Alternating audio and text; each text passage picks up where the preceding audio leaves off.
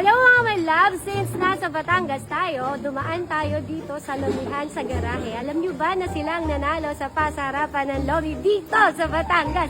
So ano pang hinihintay nyo mga love? Samahan nyo ako, tikman natin kung masarap nga ba. Let's go! Hello mga my loves! Ito ang Batangas Lomi. Isa itong sikat na lutuin dito sa Batangas. Malapot ang sabaw at makapalang egg noodles nito. Naiiba ang Batangas Lomi sa karaniwang Lomi. Bakit mga my loves? Kasi walang sahog na gulay ito. Dahil ang main ingredients ng Batangas Lomi ay malasang sahog na kikiam, baboy, atay, at chicharon na talagang hinahanap natin. At ayon sa mga Batanggenyo, mas lalo nilang kinakain to kapag mainit ang panahon.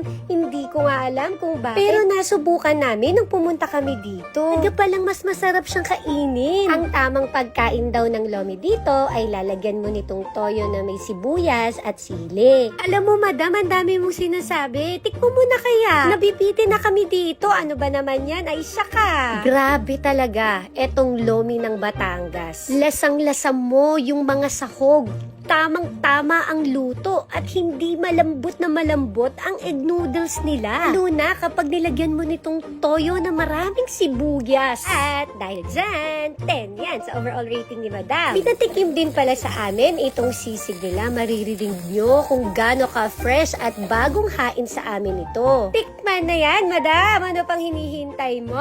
Malambot ang luto ng karne na ginagamit nila dito. Karaniwang kasing sisig na nakakain ko, matigas ang karne. Sure ako, magandang style ng pagluluto nila dito. Sa pagkakatimpla ng karne nila dito, malalasahan yung tamang alat.